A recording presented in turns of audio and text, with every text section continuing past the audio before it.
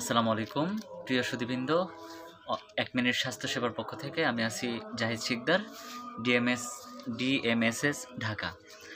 আজকে যে বিষয়টি নিয়ে আলোচনা করব সেটা হচ্ছে টিটেনাস ভ্যাকসিন। আমরা সাধারণত কেটে গেলে বা কোনো আঘাতজনিত কারণ হলে আমরা সঙ্গে সঙ্গে টিটেনাস ভ্যাকসিনের জন্য চেষ্টা করি, বা যে কোনো কাটা ছেঁড়ার জন্য হলে আমরা তৎক্ষণাৎ চেষ্টা করি এটা টিটেনাস ভ্যাকসিনের জন্য। কিন্তু এখানে একটা কথা আছে যে টিটেনাস ভ্যাকসিনটা আসলে যে কোনো ধরনের ভ্যাকসিনই হোক, যে একটা ভ্যাকসিনের কার্যকরী ক্ষমতা শুরু হয় 10 থেকে 15 দিনে। তো আমরা কাটার সঙ্গে সঙ্গে এখন কেটে গেল, আজকে তরকারি কাটতে গিয়ে বটির সাথে কেটে গেল, আমরা এখন টিটেনাস ভ্যাকসিনটা দিলাম, তাহলে কি এটার কার্যকরী ক্ষমতা এখন হয়ে গেল? না, হবে না। আবার আজকে কেটে গেছে, টিটেনাস ভ্যাকসিন দেব না, এটাও না।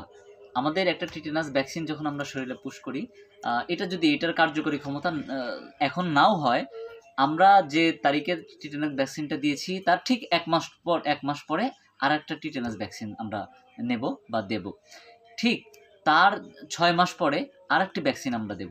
তাহলে আমাদের ভ্যাকসিনের ডোজটা কমপ্লিট হয়ে গেল, এবং তাতে আপনি আগামী 5 বছর যে কোনো ধরনের ইনফেকশনের হাত থেকে বেঁচে যাবেন।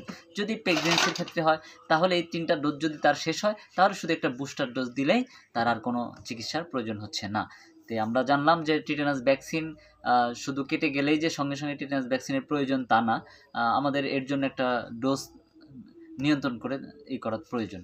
ধন্যবাদ সবাইকে।